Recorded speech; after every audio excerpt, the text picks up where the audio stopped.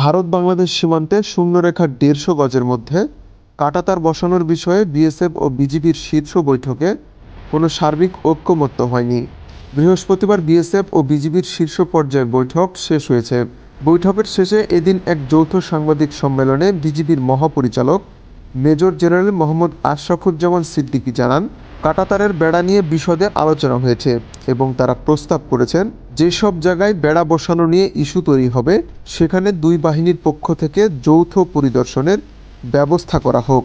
আগামী দিনে পারস্পরিক আলোচনার ভিত্তিতে এই বিরোধের নিষ্পত্তি করা সম্ভব হবে বলেও তিনি আশা ব্যক্ত করেন।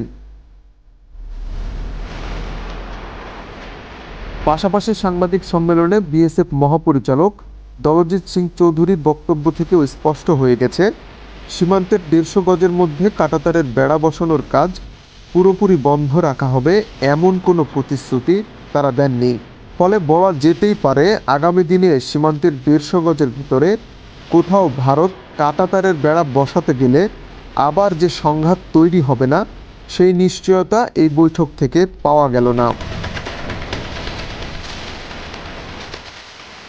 এদিকে ১৭ থেকে ২০ ফেব্রুয়ারি ৪ দিনব্যাপী এই বৈঠকের শেষে ভারতীয় সীমান্তরক্ষী বাহিনীর পক্ষ থেকে জারি করা এক বিবৃতিতে জানানো হয়েছে, সীমান্তের ১৫০ গজের মধ্যে অবকাঠামো বসানো বা নির্মাণ কাজ করার বিষয়টি বাংলাদেশের পক্ষ থেকে আলোচনায় উত্থাপন করা হয়েছিল, কিন্তু বৈঠকে পারস্পরিক আলোচনার ভিত্তিতে যে সিদ্ধান্তগুলো গৃহীত হয়েছে বলে জানানো হয় তাতে এই বিষয়টির কোনো উল্লেখ নেই।